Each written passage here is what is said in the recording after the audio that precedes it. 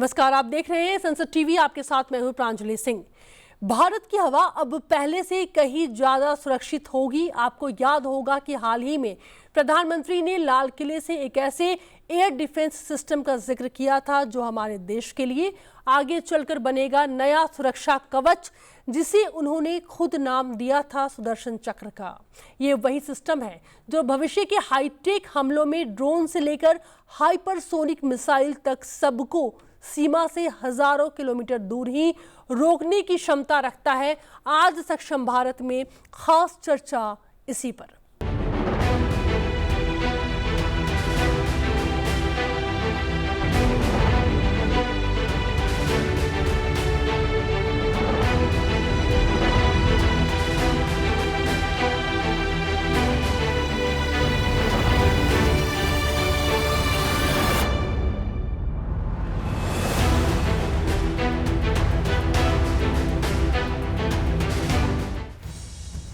भारत का सुदर्शन चक्र एक ऐसा आधुनिक एयर डिफेंस सिस्टम जो दुश्मन के किसी भी हवाई हमले को देश की सीमा से बहुत दूर रोक देगा। 23 अगस्त 2025 दिन के 12:30 बजे ओडिशा के तट पर DRDO ने integrated air defence weapon system IADWS का पहला उड़ान परीक्षण सफलतापूर्वक संपन्न किया। ये सिर्फ एक टेस्ट नहीं था, बल्कि भारत के सुदर्शन चक्र की पहली उड़ान थी। Integrated air defence weapon system यानी एक उच्च स्तरीय एयर डिफेंस सिस्टम जिसमें शामिल हैं 3 घातक हथियार, QRSAM क्विक रिएक्शन मिसाइल जो दुश्मन की किसी भी हवाई गतिविधि पर महज कुछ सेकंड में हमला कर सकती है। इसकी गति मैक 4.7, रेंज 30 किलोमीटर और वारहेड 32 किलो का। दूसरा V-SHORAD very short range air defence system, हल्की, तेज और बहुत सटीक मिसाइल। पहले इसे कंधे से दागा जाता था, अब इसे टैंक, ट्रक और बख्तरबंद गाड़ियों पर भी लगाया जा सकता है। 6 किलोमीटर की रेंज, 11,500 फीट की ऊंचाई और मैक 1.5 की गति। तीसरा directed energy weapon, high power laser system. ये लेजर तकनीक ड्रोन, मिसाइल और दुश्मन के विमान को पलक झपकते ही बेअसर कर सकती है। तीनों हथियार मिलकर बनाते हैं देश का नया एयर शील्ड। और अब बात सुदर्शन चक्र की। ये एक ग्राउंड बेस्ड और स्पेस बेस्ड हाइब्रिड सिस्टम है जिसमें AI आधारित ट्रैकिंग, लेजर गाइडेड इंटरसेप्शन और सैटेलाइट निगरानी सब शामिल हैं। 2,500 किलोमीटर तक दुश्मन की मिसाइल को नष्ट करने की क्षमता, 150 किलोमीटर ऊंचाई तक इंटरसेप्शन और 5 किलोमीटर प्रति सेकंड की रफ्तार से लॉन्च होने वाली इंटरसेप्टर मिसाइलें। यानी चाहे बैलिस्टिक मिसाइल हो, क्रूज मिसाइल हो या हाइपरसोनिक हथियार, सुदर्शन चक्र सब पर वार कर सकता है।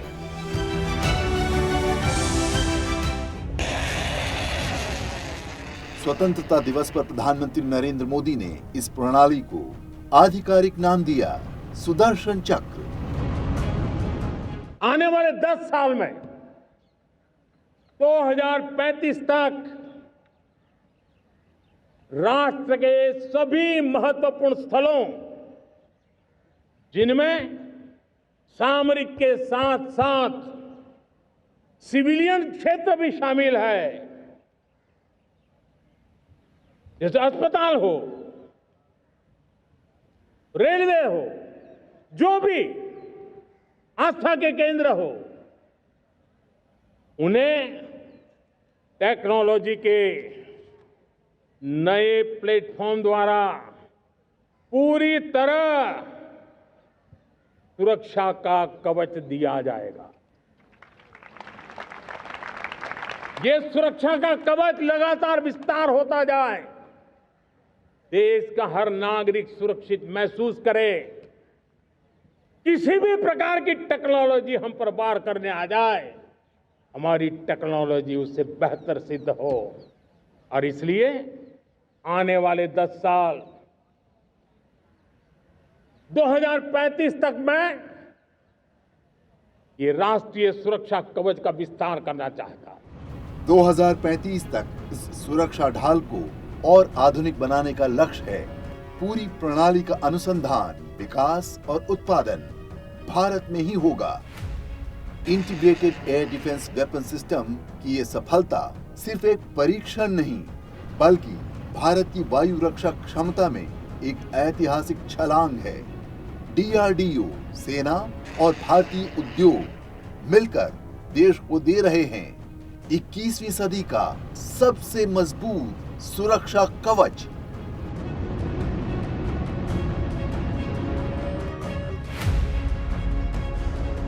देखा जाए तो दुनिया बदल रही है और युद्ध का चेहरा भी बदल रहा है। अभी आप देख रहे हैं कि इजराइल ईरान की लड़ाई हो या फिर रूस यूक्रेन का युद्ध हो, ड्रोन, क्रूज मिसाइल और हाइपरसोनिक मिसाइल हो, ये बात तो तय है कि आज की जंग हवा और अंतरिक्ष में लड़ी जा रही है। जीत जाहिर सी बात है कि उसी की होगी जो इन सभी युद्धक कलाओं में माहिर होगा। इन तमाम खास मुद्दे पर बातचीत करने के लिए हमारे साथ आज स्टूडियो में मौजूद हैं डिफेंस जर्नलिस्ट मुकेश कौशिक जी, और हमारे साथ में जूम पे जुड़ेंगे air vice marshal OP Tiwari retired, जो कि डिफेंस एक्सपर्ट के तौर पर हमारे साथ में होंगे। मैं अपने दोनों मेहमानों का बहुत बहुत स्वागत करना चाहती हूँ हमारे इस खास कार्यक्रम में, और शुरुआत करना चाहती हूँ ओपी तिवारी सर, मैं आपके साथ में। मेरा सवाल आपसे यह है कि जंग के बदलते स्वरूप के बीच में भारत का यह नया सुरक्षा कवच कितना कारगर होगा, क्या लगता है आपको? देखिए, यूक्रेन और रशिया वॉर में एक नया डायमेंशन जुड़ चुका है। बसते मतलब मेन रीजन ये हो रहा है कि वॉर का पैटर्न टोटल चेंज हो गया। पिछले जमाने में क्या होता था कि एयरक्राफ्ट जाते थे, बॉम्ब गिराते थे, वो वापस आ जाते थे। बाद में मिसाइल भी डेवलप हुई, मिसाइल लॉन्च होती थी, मिसाइल चली आती थी। इनका नंबर एक फिक्स होता था, इतने नंबर आएंगे तो उनको ट्रैक करना, डिस्ट्रॉय करना, उनको डिवाइड करना आसान होता था। It was not very difficult to be done. अब देखिए आजकल के जमाने में we have to have 3 to 4 tiers of air defence system. One is for 20 kilometres, next may be 20 to 40 kilometres, then beyond that. तो लाइक सर्टेन जो है जो 20 किलोमीटर की रेंज की जो एम्युनिशन फायर हो रहे हैं उससे पर्टिकुलरली ड्रोन्स होंगे जो फायर, उनको भी डिस्ट्रॉय करना है। Because they can not cause, they may not cause very excessive damage नहीं होगा, बट कुछ ना कुछ तो न्यूसेंस करेंगे ही। हमें सबको डिस्ट्रॉय करना। कवच तभी सुरक्षित होगा कि हम हर रेंज में जहां से कोई एम्युनिशन लॉन्च हो उसको हम डिफ्लेक्ट कर सके और डिस्ट्रॉय कर सके। तो ये अत्यंत आवश्यक है। हमें करना है कि सपोज उनके nuclear aircraft, nuclear bombs launch है, मिसाइल लॉन्च है दूर से, और पाकिस्तान से भारत में उनका ट्रेवल टाइम ज्यादा नहीं है, तो हमारा रिएक्शन टाइम बहुत कम है। हमारे पास बहुत कम टाइम अवेलेबल है कि उनको इंटरसेप्ट करना, ट्रैक करना और उनको डिस्ट्रॉय करना। तो हमारा जो एयर डिफेंस सिस्टम है बहुत ही सुंदर होना चाहिए, और ये हमने दिखा भी दिया है कि हमारा सिस्टम बहुत ही अच्छा है and you are very capable. तो सुदर्शन चक्र होगा, ये will be a 4 tier air defence system, जिसमें जहां से भी लॉन्च हो रहा हो, ड्रोन लॉन्च हो रहा है, ये भी लॉन्च हो रहा है, या एयरक्राफ्ट भी अगर आ रहे हैं, तो या मिसाइल्स कहीं दूर से लॉन्च हो रही है, सबको इंटरसेप्ट करके, ट्रैक करके हमें डिस्ट्रॉय करना है एंड विल बी सक्सेसफुल। हम बिल्कुल सक्षम है। हमने काफी हद तक ऑप सिंदूर में हम दिखा चुके हैं, जिसकी उम्मीद विश्व में किसी भी देश को नहीं थी। जिस तरीके से हमने उनके ड्रोन और यूएवी डिस्ट्रॉय किए, जिस तरीके से हमने उनके एयरक्राफ्ट डिस्ट्रॉय किए, जिस तरीके से हमने उनकी मिसाइल्स रोकी, एक बहुत बड़ा उदाहरण था विश्व के लिए। तो ये हम मजबूत थे। अब इसको मजबूती नहीं करना, हमें फुल प्रूफ करना है। फुल प्रूफ सिस्टम भी नथिंग कुछ आ सके, लेकिन एट द सेम टाइम हमारे अंदर कॉम्प्लेक्सिटी नहीं आनी चाहिए। इजराइल भी कहता था कि हमारा एयर डिफेंस बहुत ही मजबूत है, कोई नहीं आ सकता, लेकिन ईरान ने उसको भेज दिया। तो हमें जो है इन सबों से शिक्षा लेके और उनकी जो गलतियां हैं वो सीख करके, हमारे साइंटिस्ट और एयरफोर्स के जो ऑफिसर्स है, टेक्नीशियन और जो इंजीनियरिंग ऑफिसर्स है, वो ऐसा एक समावेश करके सिस्टम डेवलप कर रहे हैं ताकि वो फुल प्रूफ हो और उसमें कोई कमियां ना हो, और हम दुश्मन के कोई भी चीज हो, कोई भी एमुनेशन हो, कोई भी लॉटरिंग एमुनेशन हो, हम उसको हवा में डिस्ट्रॉय कर सके। और हमारी बहुत ओपी तिवारी सर, आपने ये बात बहुत सही कही कि ऑपरेशन सिंदूर ने जो युद्ध की नई तस्वीर है वो दुनिया के सामने भी रखी है, और हम जैसा कि कई युद्धों के बारे में हमने चर्चा भी किया। मैं दूसरा सवाल सर मुकेश जी आपसे लेना चाहूँगी। आप चूँकि डिफेंस के तमाम खबरों को देखते रहते हैं, सुदर्शन चक्र की जब घोषणा हुई थी उसके बाद से अब तक तो देखिए काफ़ी कुछ बदल चुका है। टारगेट प्रधानमंत्री ने 2035 का दिया है। क्या अपडेट है इस पूरे मामले में? कैसे इस पूरे एयर डिफेंस सिस्टम को एग्जीक्यूट किया जाएगा? देखिए, टारगेट भले ही 2035 का हो प्रांजलि, लेकिन भारत ने लगभग आधे से ज़्यादा काम एयर डिफेंस शील्ड पर किया हुआ है और वो ऑपरेशन सिंदूर में उसका सक्सेस आपको देखने को मिला, जिसमें पाकिस्तान की तमाम कोशिशें, उसके तमाम ड्रोन, उसकी तमाम मिसाइलें, स्वार्म ड्रोन्स या जितने भी एयरक्राफ्ट उन्होंने भेजने चाहे उन सबको हमने नाकाम किया। लेकिन एक अनुभव ज़रूर हमको सामने आया कि हम पाकिस्तान के बहुत लो कॉस्ट हथियारों को नेस्तनाबूद करने के लिए, उनको ध्वस्त करने के लिए हमने अपने बहुत अच्छी बड़ी मिसाइलें उन पर छोड़ी और उस वजह से इस कॉस्ट इफेक्टिव जो सिस्टम है उसकी ज़रूरत पड़ी है। लेकिन उसका एक सबक ज़रूर है हमको, और वो सबक ये था कि हमको लो कॉस्ट वॉरफेयर में पहुंचना है। ऑपरेशन सिंदूर के दौरान हमने अपने पूरे नागरिकों को बचाया, लेकिन उसकी कॉस्ट बहुत हैवी है। पाकिस्तान के जितने भी हमलावर ड्रोन थे वो एक तरह से मक्खी की तरह थे और उन मक्खियों को मारने के लिए हमको तोप चलानी पड़ी। यानी कि अगर पाकिस्तान 5 से 10 लाख रुपए का एक छोटा सा ड्रोन भेज रहा था तो उसको मारने के लिए अगर आपको 150 लाख की, 1.5 करोड़ की, 2 करोड़ की, 5 करोड़ की मिसाइल दागनी हुई, तो ये एक बहुत कॉस्ट इफेक्टिव सॉल्यूशन नहीं है। आपने देखा होगा कि 15 अगस्त को जो घोषणा हुई है सुदर्शन चक्र की, कवच पहनाने की भारत को, वो इसका ऑफशूट है कि किस तरह से हम अपने हाई वैल्यू टारगेट्स को बचा सकें, अपने शहरों को बचा सकें, अपने रेलवे स्टेशन को बचा सकें, बस स्टेशन, हॉस्पिटल्स, मंदिर, मस्जिद, गुरुद्वारे, इन सब की रक्षा कर सकें। लेकिन साथ ही ये भी सुनिश्चित करें कि जब दुश्मन के छोटे छोटे हथियार आ रहे हों तो उनको छोटे छोटे हथियारों से ही मार के गिराया जाए। मैं एक छोटी सी बात ऐड करना चाहूंगा को पैनलिस्ट के लिए, वर्मा जी के लिए। देखिए, उन्होंने खूब सारे ड्रोन्स लॉन्च किए, लेकिन भारत ने एयर डिफेंस सिस्टम अपना तबाह नहीं किया। उसके बदले में हमारे स्नाइपर्स खड़े थे, उन्होंने कई को मार के गिराए। एयरफोर्स ने सैम मिसाइल्स थी जो विंटेज 1950-60s की थी, उसको ठीक कर रखा था। उन सब को यूज करके हमने ड्रोन्स गिराए हैं ना। प्रश्न बहुत लाजमी है कि इतने ड्रोन्स गिराने के लिए हमने अगर एयर डिफेंस सिस्टम वीक कर दिया तो हम कहीं नहीं रहेंगे। तो भविष्य में ध्यान रखते हुए हम ऐसा एंटी ड्रोन सिस्टम डेवलप कर रहे हैं जिसे काफी आगे बढ़ चुका है, ताकि डिस्ट्रॉय कर देंगे। हमें देखना है कि कई मिसाइल्स, कई छोटे छोटे मिसाइल 20 किलोमीटर की रेंज की, 30 किलोमीटर की रेंज लॉन्च होती है, तो उसमें उनका फ्लाइट टाइम बहुत कम होता है। उनको ट्रैक करके वहीं गिराना है। तो हमारे कई लेयर्स है, सुरक्षा कवच के लेयर्स की, भाई पहले 10 किलोमीटर भी सुरक्षित है, 20 किलोमीटर भी सुरक्षित है, 50 किलोमीटर भी सुरक्षित है, 200 किलोमीटर भी सुरक्षित है। तो सुरक्षा कवच is the combination of all defence system के बीच में जो भी जैसे सिस्टम में कोई लूप होल नहीं है, लूप होल में कोई गैप नहीं है जहां से उनकी मिसाइल घुस सकती है। हमें तो पूरा एयर स्पेस कवर करना है हर तरीके से। और जब 20 किलोमीटर रेंज की अगर फाइल होती है कोई, तो हमारे पास फ्लाइट कम, रिएक्शन टाइम बहुत कम होता है। तो हमें इसमें सक्षम होना चाहिए कि उसको भी ट्रैक करके हम वहीं गिरा दें। तो ये सब सुरक्षा कवच की जो तैयारी चल रही है उसको मजबूत करना है, क्योंकि हमारी जो लड़ाई है, हमारे जो एडवर्सरी जब बिल्कुल बगल में है, पाकिस्तान के पास कोई डेप्थ नहीं है, वो फायरिंग करने के लिए वहीं से फायर करेगा। तो इसको ध्यान में रखते हुए हमें सुरक्षा कवच अलग टाइप का करना पड़ेगा। ईरान और इजराइल में बात अलग थी। ईरान की मिसाइल बड़ी 2000 किलोमीटर ट्रेवल करती थी, फिर इजराइल पहुंचती थी। ये तो 10 किलोमीटर में ही आ जाएंगी। तो हमें सुरक्षा कवच का जिस उद्देश्य में इस रास्ते में बहुत काम चल रहा है और अब बहुत आगे बढ़ चुके हैं। प्रधानमंत्री ने जब ये घोषणा की है तो हम ऑलरेडी आगे बढ़ चुके हैं। ये कोई शुरुआत नहीं है। हमें ये लड़ाई का जो नया डायमेंशन ऐड हुआ है उसमें हमें काफी कुछ सीखा है और उसी तरह हम आगे बढ़े जा रहे हैं। काम कैसे करेगा ओपी तिवारी जी, काम कैसे करेगा सर? अगर आप समझा सके, क्योंकि तकनीक आप ही बता सकते हैं हमें। एयर डिफेंस सिस्टम में 3 पार्ट्स होते हैं। एक रडार होता है, first is the one radar which tracks, पहले आइडेंटिफाई करता है कि एडवर्सरी से आ रहा है कि कहां से आ रहा हो, ठीक है। उसको फिर ट्रैक करता है क्या डेवलपमेंट हो रहा है और कहां पहुंचेगा, और वहीं से वो एक्टिवेट भी करता है ताकि हम दूसरा जो उनका काउंटर मैकेनिज्म फायर कर सके उसको डिस्ट्रॉय कर सके। It is a combination of 2 things. Air defence is a combination of 2 things. तो नाउ एयर डिफेंस पर जो 20 किलोमीटर रेंज के लिए होगा, उसका रिएक्शन टाइम, फायरिंग टाइम, सब कुछ बिल्कुल अलग होगा। एंड उसकी जो प्रिंसिपल्स हैं, जो फ्रीक्वेंसी यूज होंगी, जो अदर रडार वेव्स होंगी, थोड़े से अलग होंगे। उसी तरह 100 किलोमीटर वाला होगा, उसमें भी थोड़ा सा डिफरेंस होगा। अब 200 किलोमीटर, अब 300 किलोमीटर से जो लॉन्च होके आ रही है तो आसान है, लेकिन उनका यही है कि वो मिसाइल्स फास्ट आती है। 300 किलोमीटर से क्रूज मिसाइल हो, बैलिस्टिक मिसाइल लॉन्च हुई है, इनकी स्पीड काफी हाई होती है। सब सुपरसोनिक भी हो सकती है, हाइपरसोनिक भी हो सकती है। तो उनको ट्रैक करने के लिए, गिराने के लिए अलग प्रिंसिपल फॉलो करना पड़ता है।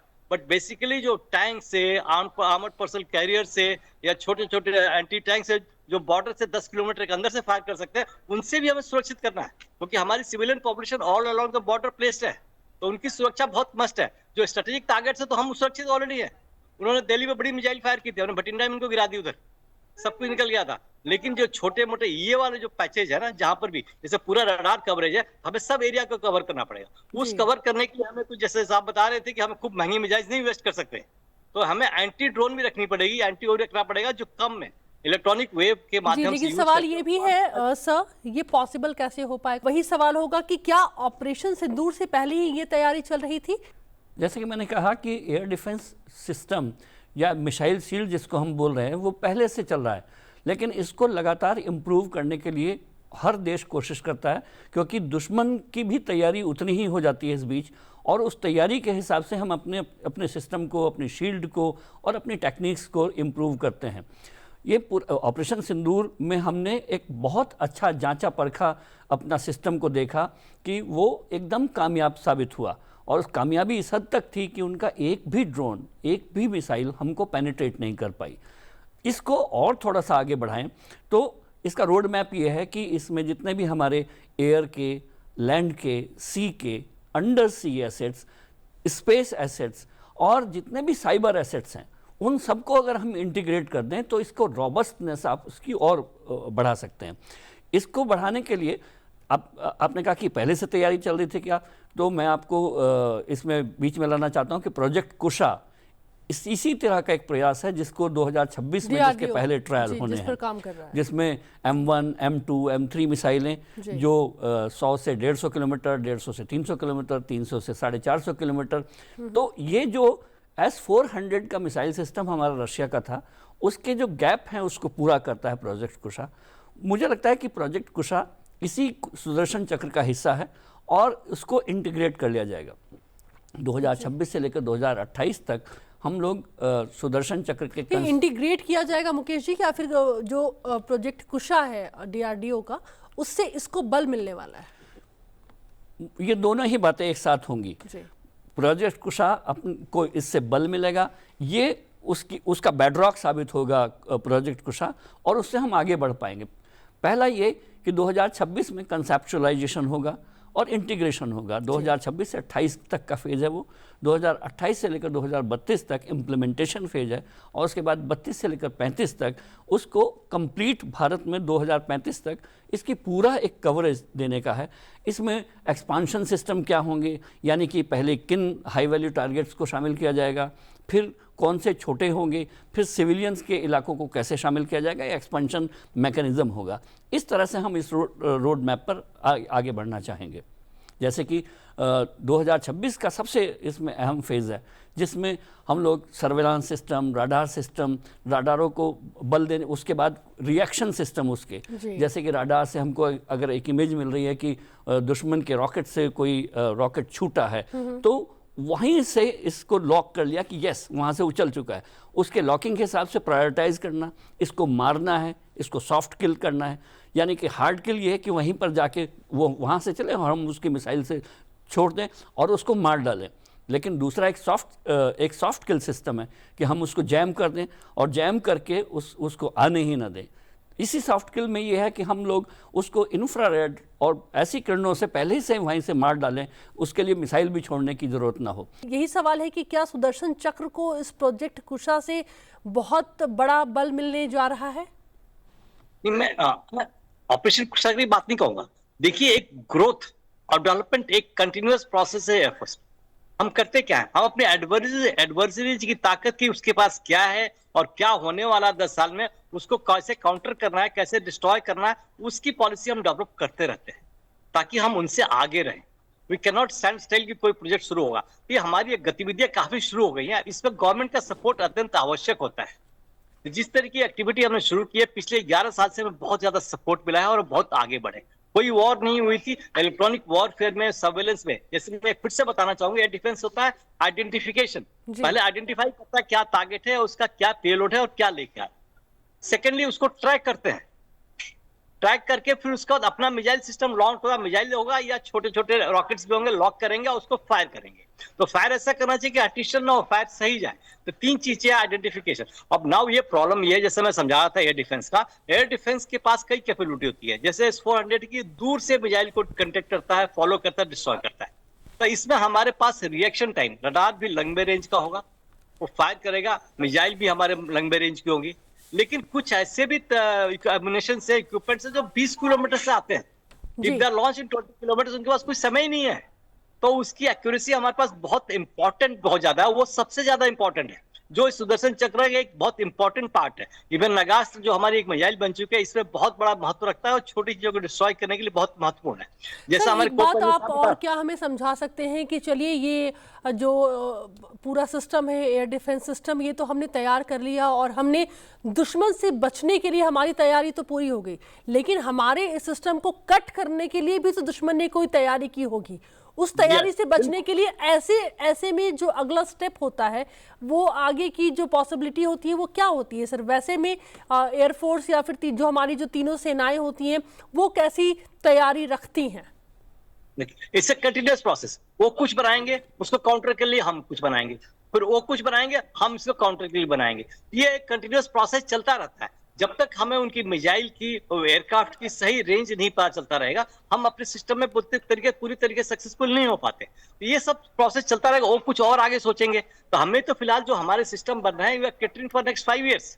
वो सब तैयार है कि इसमें क्या क्या कोई भी मिसाइल बनता है तो जो उसका प्रोटोटाइप बनता है, उसका फुली ऑपरेशन होने में समय लगता है 4 साल 5 साल। तो 5 साल तक हम सिस्टम बनाएंगे तो इफेक्टिव अवश्य रहेगा। एट द सेम टाइम दूसरा देश से अपनी मिसाइल डेवलप करना शुरू कर देगा, उसकी किस तरीके का हम भी अपने इसको मॉडिफाई करना शुरू कर देंगे। जहां पर भी यूजर और मैन्युफैक्चरर का समावेश होता है, वो प्रोडक्ट बहुत बढ़िया आता है, बहुत अच्छा आउटपुट आता है, उसको दोबारा टेस्ट करने की जरूरत नहीं पड़ती। ये एडवांटेज हमारे पास है।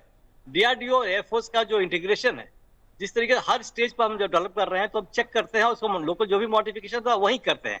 ये अभी तक पॉसिबल नहीं था बिकॉज हमारे सारे इक्विपमेंट्स बाहर से आ रहे हैं। इसका एक मेजर एडवांटेज ये हो गया, हम मौजूद चलेंगे। बेसिकली जो ये इलेक्ट्रॉनिक वॉरफेयर का जो एरिया है, सिस्टम है, इसमें जो गैप्स हैं उसको हमें बंद करना है। वो भी कोशिश करेंगे because they follow it, because certain time उनको भी रडार सिग्नेचर को डिवॉइड करने के लिए कई तरीके अपनाते हैं वो लोग। उनका भी अब जैसे उसका एरोफॉइल स्ट्रक्चर जो है उसको कम करके बेसिकली स्टेल्थ बनाने की कोशिश करते हैं, डिटेक्ट ना हो, रडार का डिटेक्ट हो। तो हमारे रडार का आ रहे हैं सर, आपके पास भी आ रहे हैं, और बहुत सही कहा आपने। एक ट्रेलर से हमें भी कई एक्सपीरियंस कई चीज़ों को लेकर के हुआ है और आगे हम उस पर सुधार भी कर रहे हैं। मुकेश जी, कहना चाहेंगे आप आगे कुछ, क्योंकि और भी कई देश हैं जिनके मिसाइल सिस्टम की चर्चा होती है। जैसे कि अगर मैं इजराइल के आयरन डोम की बात करूं या फिर मैं अमेरिका के थार्ड की बात करूं, तो ये सारी चीज़ें जो है वो मिलती जुलती हैं। तो कैसे आप देखते हैं, बहुत सारे देशों के पास अपनी अलग अलग ताकत है। इजराइल का आयरन डोम हो या अमेरिका का गोल्डन डोम या स्काई हंटर हो, ताइवान ने अभी अनाउंस किया है कि वो टी डोम डेवलप करेंगे। तो ये बहुत उनकी जो ज़रूरतें हैं, जो अमेरिका की या इसराइल की ज़रूरतें बहुत स्ट्रैटेजिकली हमसे बहुत डिफरेंट हैं।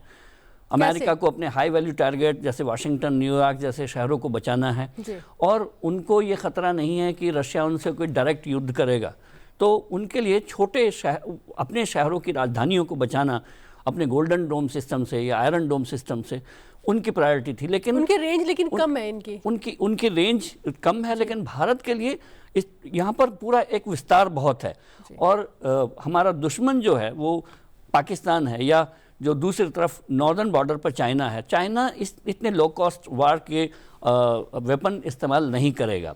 पाकिस्तान से हमको पूरी राजस्थान की सीमा को देखना है, कश्मीर को देखना है। उस हिसाब से हमको अपने ये पूरे एयर डिफेंस शील्ड क्रिएट करने होंगे, वो सिस्टम पैदा करने होंगे। आपने देखा होगा ये जो इजराइल का आयरन डोम है, 7 अक्टूबर को बहुत हद तक वो फेल हो गया, क्योंकि हमास ने और उनके जो शत्रु थे, उन्होंने उसको तोड़ने के लिए क्या किया कि रॉकेटों की बौछार कर दी, और वो अचानक उनके जो रडार थे उसको इतना जल्दी लॉक नहीं कर पाए। इस तरह की कमजोरियों को भी हमको पहले से दिमाग में रखना होगा। तो भारत को एक हॉलिस्टिक सॉल्यूशन चाहिए, लो कॉस्ट चाहिए। पाकिस्तान जैसे शरारती और जो भारत से लड़ने की क्षमता नहीं रखता, लेकिन उसकी शरारतें चालू रहती हैं, उससे हमको लड़ना है। चाइना ये छोटे सिस्टम हम पर इस्तेमाल करेगा नहीं। हमको देखना होगा कि आने वाले दौर में हाइपरसोनिक मिसाइल पाकिस्तान के पास नहीं है, सिर्फ सबसोनिक मिसाइलें हैं। चाइना के पास इस तरह की मिसाइलें हैं और उससे लड़ने की तैयारी हमारी है। उसके बाद फाइटर एयरक्राफ्ट हैं, उसके बाद ड्रोन हैं, स्वाम है, लॉइटरिंग एमुनेशन है। उसके स्वाम के बारे में भी थोड़ा सा अगर आप ब्रीफ करें तो क्या स्वाम ड्रोन एक तरह से जैसे टिड्डी दल है, हाँ, लड़ने के लिए तैयार है, क्योंकि वो तो देखिए झुंड में, जैसा कि तिवारी जी कह रहे थे कि हम लोग एंटी ड्रोन सिस्टम भी हम लोग बना रहे हैं। अगर अलग अलग तरह के सॉल्यूशन होंगे, उन अलग अलग सॉल्यूशन के बीच में एक अदृश्य सा धागा होगा। इसी वजह से इसका नाम सुदर्शन चक्र रखा जा रहा है। वो जो महाभारत में जो कृष्ण जी का सुदर्शन चक्र घूमता रहता था, किसी को पता ही नहीं चलता था कि वो कब किसको किल करके आ गया। तो ये भी एक अदृश्य सा एक धागा होगा पूरा, जो पूरे एयर डिफेंस को, हमारे देश के आकाश को सुरक्षित करेगा। ओपी तिवारी जी, आपसे आखिर में लेकिन ये ज़रूर समझना चाहेंगे कि स्वदेशीकरण का जो हमने एक इसमें ठान लिया है कि नहीं, जो भी होगा वो अपने देश में ही बनेगा, और देखिए हम कैसे करके आपको दिखाते हैं, इस बारे में आप क्या कहेंगे सर? देखिए, स्वदेशीकरण दो कारणों से बहुत महत्वपूर्ण। पहली बात, जब बाहर से खरीदते थे तो किसी वांट और किसी स्पेयर पार्ट्स के चक्कर में हमारा सिस्टम खराब हो जाता था, वो परेशानी खत्म हो जाएगी। दूसरी बात मैं ये कहना चाहूंगा, जो सबसे महत्वपूर्ण बात है कि जो भी कोई सिस्टम डेवलप किया जाता है उस समय यूजर और मैन्युफैक्चरर और प्लानर जो है साथ बैठे हुए हैं। इफ दे स्टेइंग टुगेदर, एक स्टेप आगे बढ़े तो चेक कर ले कि हमारी रिक्वायरमेंट पूरी हो रही है कि नहीं। वो बहुत किसी भी इक्विपमेंट को डेवलप करने के लिए बहुत ही महत्वपूर्ण होता है, क्योंकि इक्विपमेंट हमारा इफेक्टिव होना चाहिए। कल इक्विपमेंट ही नहीं बनाना, हमारा इक्विपमेंट इफेक्टिव होना चाहिए और हमारे जो काम है उसका काम पूरा करना चाहिए। ये स्वदेशी में सबसे बड़ा इंपॉर्टेंट चीज है। प्लस दूसरा, एक रेवेन्यू अर्न भी होगा, बिकॉज जैसे रिजल्ट लोगों ने देख लिया है तो हमारे इक्विपमेंट सस्ते भी होते हैं। अब हम विदेश में एक आर्म्स मैन्युफैक्चरर बन जाएंगे, एक्सपोर्टर बन जाएंगे और पैसे भी काफी आएंगे। और जिस तरीके से हम बनाएंगे, हम खुद ही बनाएंगे, तो हमारे एडवर्सरीज को पता भी नहीं होगा किस इक्विपमेंट की कैपेबिलिटीज क्या है। आमतौर पर ये होता है कि जो जहाज जैसे अमेरिका अपने लिए रखता है और जो एक्सपोर्ट करता है उनमें डिफरेंस होता है। इस तरह मिजाज में भी डिफरेंस होता है। ये आप जो हम खुद करेंगे तो इनको पता भी नहीं चल पाएगा कि हमारे पास क्या है, हमारी क्या कैपेबिलिटी है। और दूसरी कि एफिकेसी और एफिशिएंसी सिस्टम की बहुत ज्यादा होगी, बिकॉज हर स्टेज पर समावेश है। बहुत अच्छे से समझाया सर आपने। लास्ट रिएक्शन मुकेश कौशिक जी आपका, मेक इन इंडिया। और देखिए, हम घर में बना रहे हैं और किसी को बताएंगे भी नहीं, लेकिन अगर आपको चाहिए तो उसके लिए हम तैयार हैं। मोटा हिसाब जोड़ें, अगर सुदर्शन चक्र का इस शील्ड को अगर स्वदेशी आधार पर बनाना है आपको, तो एक अनुमान यह है कि लगभग $6 बिलियन यानी कि 50,000 करोड़ रुपए से ऊपर इस पर खर्च आएगा। लेकिन अगर इसको हम लोग आयात करते हैं, दूसरे देशों से मंगवाते हैं, तो आप इसको दुगना कर सकते हैं। बहुत बड़ा फर्क, लगभग 1 लाख करोड़ रुपए आपको खर्च करना होगा, उससे भी ज़्यादा हो सकता है। तो स्वदेशीकरण तो इसके लिए मस्ट है, उसके बिना ये सुदर्शन चक्र काम ही नहीं कर पाएगा, क्योंकि हमारी जो कॉस्ट है इकोनॉमी को बचाने की, उतनी ही अगर हमने इन पर खर्च कर दी तब तो उसके डिविडेंड खत्म हो जाएंगे।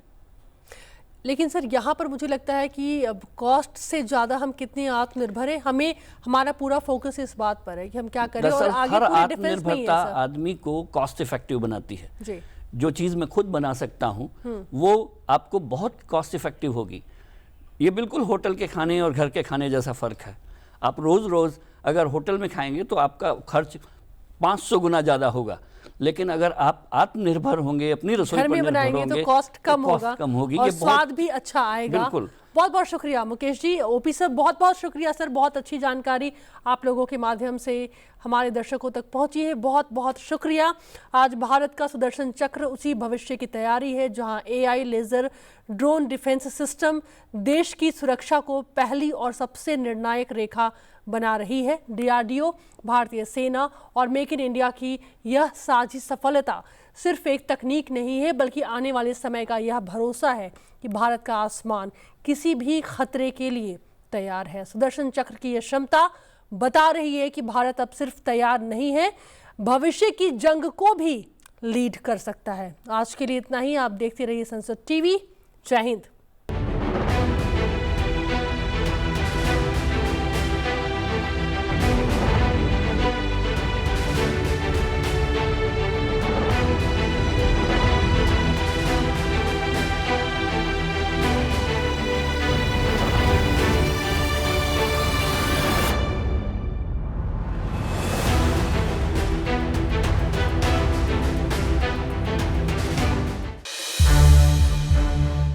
संसद टीवी के और भी प्रोग्राम्स देखने के लिए सब्सक्राइब करें हमारा YouTube चैनल और हाँ, इन्हें लाइक और शेयर करना ना भूलें।